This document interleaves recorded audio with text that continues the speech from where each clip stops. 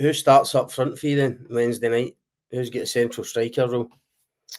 Right now, I think it has to be Danilo. I think he earned his slot. I mean, we obviously spoke to him after the game. He's been out of the team for so long. I think he's been frustrated, hurt by that, because he had a decent pre-season. I think he fully expected to come back in and play a big role. I think he was hampered by the fact when they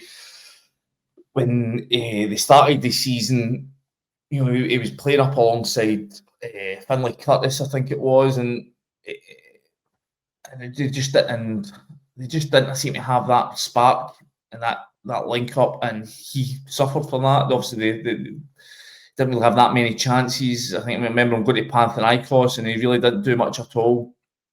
Dessers, I think, came back into the team, gets a goal, he moves on, and obviously bring in Majowski and Chermiti, and he's been sort of lumped down the pecking order. But I think he came back in. It was his first start since that Bruges game away in Belgium, and I thought first half he was okay, but the second half again, as I say, I think he takes his goal really well.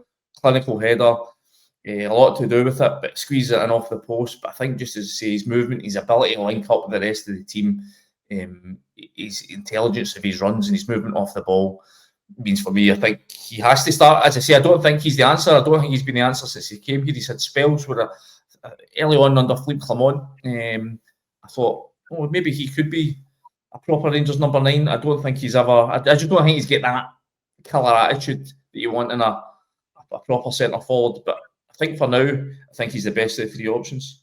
How do you see it? I've just got a feeling. Chermiti might start, just for the type of game it is. I think there'll be space to run in behind. I think he probably done enough when he came on in that system, as I say, when there's people running about him at the weekend. I mean, you saw in Norway last week. I mean, he didn't offer much then. He was isolated that day. Is that? He was so isolated, but as I say, that's it. I just think it might be a different type of game on Wednesday night. So listen, what do we know? Do you know what I mean? What did you make of his celebration? He gave a wee bit back to the fans. A wee sort of not good. No, I didn't like it. Didn't like. No, last week it was Asgard against Dundee United, cutting the ears to the fans. This week it's Chermiti, telling them to be quiet. No, obviously he's had a bit of flack for his goal scoring record. I mean, these guys need to get into the real world.